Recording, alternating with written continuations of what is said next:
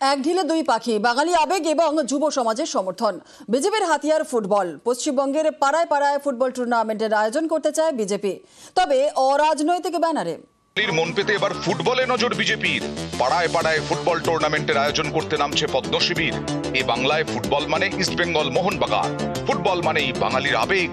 সেই আবেগ ছুঁতে চাইছে বিজেপি, চাইছে ফুটবলের মাধ্যমে যুব সমাজেরও মন পেতে, অর্থাৎ এক ঢিলে দু পাখি।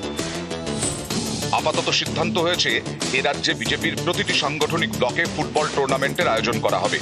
বিজেপির নাম বা প্রতীক ব্যবহার করা হবে না, বিজেপির পতাকাও থাকবে না, তবে টুর্নামেন্ট আয়োজনের পেছনে থাকবে বিজেপি।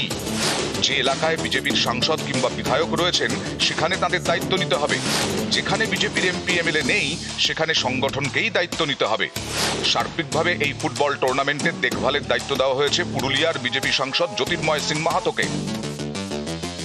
এই ফুটবল টুর্নামেন্ট শুরুর দিনক্ষণেও থাকছে বাঙালি আবেগকে ছোঁয়ার চেষ্টা।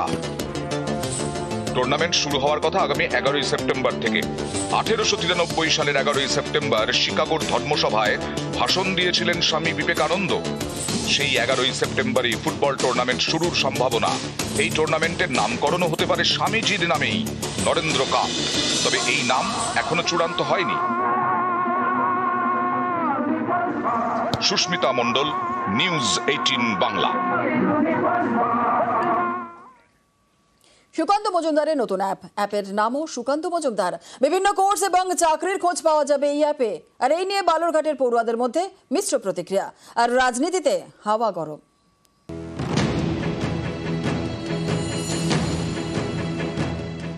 সুকান্ত মজুমদার কেন্দ্রীয় শিক্ষা প্রতিমন্ত্রী, দক্ষিণ দিনাজপুরের বালুরঘাটের বিজেপি সাংসদ। বৃহস্পতিবার বালুরঘাটে একটি অ্যাপের উদ্বোধন করেন সুকান্ত মজুমদার। অ্যাপের নামও সুকান্ত মজুমদার। একটা অ্যাপেই দেশের নানা প্রান্তের ইনস্টিটিউটের সন্ধান এবং চাকরির খোঁজ। কোন ক্ষেত্রে কত চাকরি তাও এই অ্যাপের মাধ্যমে জানা যাবে বলে দাবি। এই পিছিয়ে পড়া জেলা এবং এই লোকসভা যারা শিক্ষিত ছেলে মেয়ে আছে, যারা কলেজ পাস আউট করেছে, তারা নিজেদেরকে আপস্কিল করতে পারবে, অর্থাৎ নতুন নতুন স্কিল বিনে পয়সায় এই অ্যাপের মাধ্যমে শিখতে পারবে। নিজেদেরকে আপস্কিলিং করার পর তারা কি কি চাকরি পেতে পারে তার একটা সন্ধান বা হদিশ এই অ্যাপের মাধ্যমে এই সমস্ত স্টুডেন্টদেরকে দেয়া হবে এবং এই অ্যাপকে ব্যবহার করে তারা সেই সমস্ত চাকরিতে আবেদন করতে পারবে। নরেন্দ্র মোদী 2014 সালে বলেছিলেন বছরে 2 কোটি চাকরি দেবেন। 14 সাল থেকে 25, 11 বছর, তাহলে 22 কোটি চাকরির তো হিসাব দিতে হবে। উল্টে কর্মচ্যুত হয়ে বেকার বেড়েছে, বরং বাংলায় সারা দেশে বেকার বাড়ছে। সেখানে বাংলার যে গ্রাফ, যে স্বনির্ভর কর্মসূচি, চাকরি বা বিকল্প অর্থনীতি, তাতে মানুষের রোজগারও বাড়ছে এবং কর্মসংস্থানও বাড়ছে। সেখানে পশ্চিমবঙ্গ ব্যতিক্রম। সেখানে কোন নাটক করতে আসছেন সুকান্ত মজুমদার?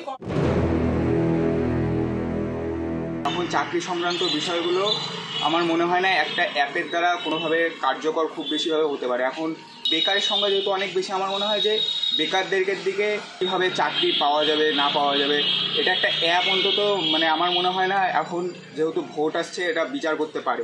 এই অ্যাপটি আমাদের লোকসভা কেন্দ্র বা পশ্চিমবঙ্গে কী এমন প্রভাব ফেলতে পারবে সেটি ঠিক জানা নেই। কারণ সুকান্ত মজুমদার এর আগে তিনি বহুত প্রতিশ্রুতি দিয়েছেন, কিন্তু সেটি বালুরঘাটবাসী এখনও সেই কাজটি দেখতে পারেনি।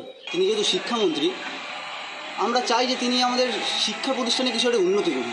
এই আগামী বিধানসভা ভোটের আগে এই অ্যাপটি লঞ্চ করা মানে এর রাজনীতির একটা অঙ্গ।